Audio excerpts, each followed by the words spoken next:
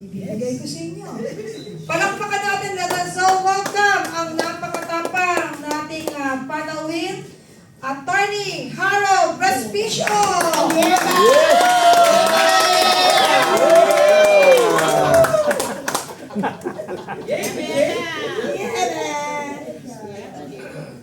How are you folks? Are you still free? Bumati ka naman, Attorney, please. Magandang araw Masyak po. po sila kasi this is a surprise. Magandang araw po sa inyong lahat. It's my pleasure to be here sa Kapihan sa PDP, the best party ever in the Philippines and the future in 2028, baby! And thanks a lot. I love you, baby. Attorney Contacto, baka meron po kayong gusto pong sabihin agad-agad. Careful lang tayo dahil hindi unstoppable yan. Without reservation.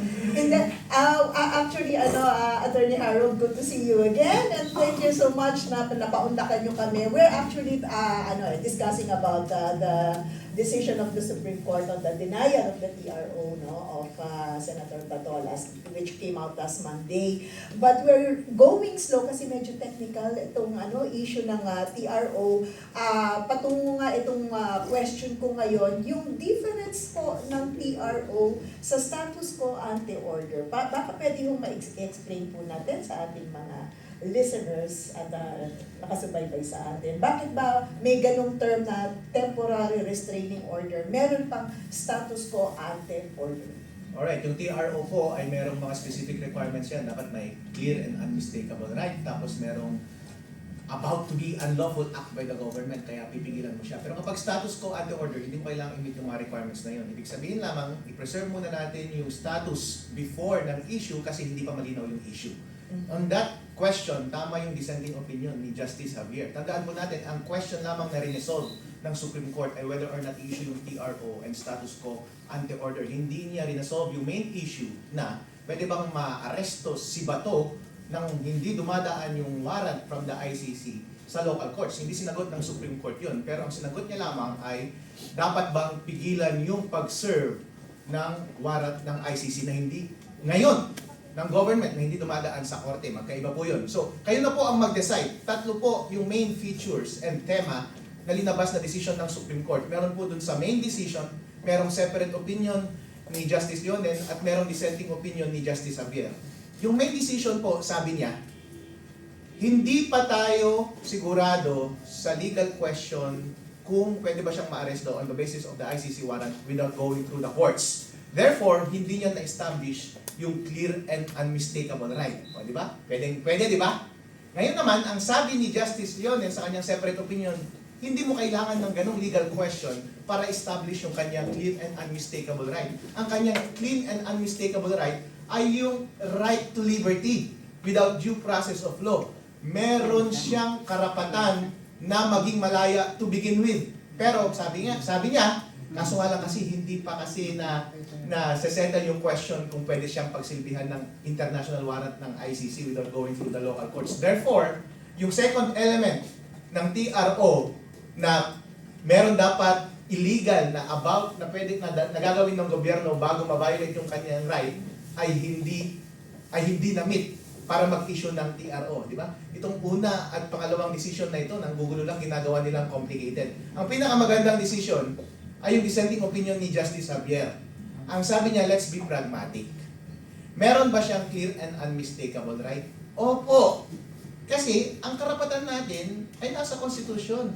We have right to liberty. No one should be deprived of liberty without due process of law. Tapos sabi niya, kapag inaresto niyo yung tao na yan, diretso na yan sa Hague, tulad ng ginawa nila kay Rodrigo Duterte. Therefore, yung sinasabi ng main decision at separate opinion ni Leonen, na okay lang ma-aresto muna habang hindi pa tayo sure, pwede ka naman mag-habeas corpus. Butin academic na yun! Yung habeas corpus kapag nasa Hague na!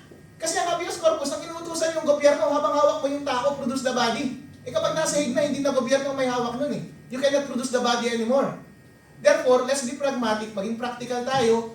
Talaga namang aarestohin na siya, huwag na tayong magmamaangan pa kasi ang ginagawa ni Justice Leonen at ginagawa ng main decision, ang sabi nila, sabi nga ni BBM, hindi naman natin siya aarestohin eh. Therefore, walang threat, walang unlawful threat. Hello! Nung inisyu nga yung TRO, malinaw na malinaw yung threat, aarestohin na nga daw eh. Pagka-aresto, diretso sa Hague. Therefore, merong violation ng kanyang right to liberty. Tandaan po natin, may karapatan siyang maging malaya. Fundamental po yan sa ating konstitusyon. At sabi dun sa Rome Statute na kanilang pinaninindigan, it should follow yung local procedures bago i-serve yung warrant.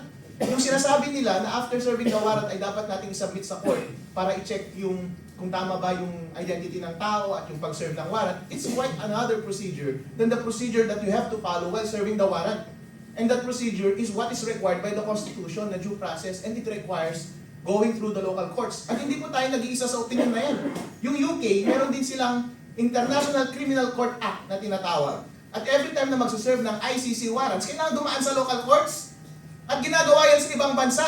Dito lang sa Philippines, hindi ginagawa.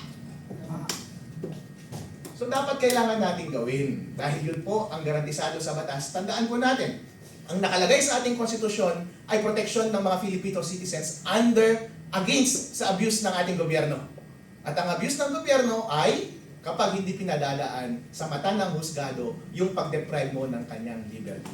Kaya dapat padaanin sa husgado yung bagay na yan. Yung sinasabi nila na shortcut under sa Republic Act na sinasabi pwedeng isurrender ang isang tao sa international body, hindi pwede yun. Bakit? Surrender ang sinasabi, hindi arrest! Pag surrender, arestado mo na yung tao, hawak mo na, saka mo ibibigay. Yung test kasi ng deprivation of liberty, kung dumaan siya sa due process, ay on the moment of arrest. Hindi on the moment of surrender. Surrender, ang premise nun is nasa custody mo na yung tao. Itong tao na to, wala pa sa custody mo, hindi pa siya na-deprive ng liberty. I-de-deprive mo pa lang ng liberty. Therefore, hindi applicable yung surrender provision ng Republic Act. Ang constitutional yun kapag i-apply mo doon sa arrest. Tingnan po natin. Every time na may international na mga cases dito sa Pilipinas, kapag enforced against a foreigner, okay lang na hindi dumaan sa local courts. Bakit? Kasi ang shortcut niyan, yung privilege nila to stay in the Philippines is privilege lang, visa. I-cancel mo lang yung visa and then deportation order kagad. Okay lang yun. Pero kapag Filipino citizen, every time, kailangan dumaan sa korte yan. Kasi yung karapatan ng Filipino citizen ng due process gamit ang korte ay naka-enshrine yan sa konstitusyon natin para hindi tayo maabuso ng ating gobyerno. Parati po yan ginagawa sa lahat ng jurisdiction sa buong mundo. Yun po, tingnan nyo po yung practical na implication na ito. Kapag merong foreign, di ba, sabi nila hindi naman foreign court eh.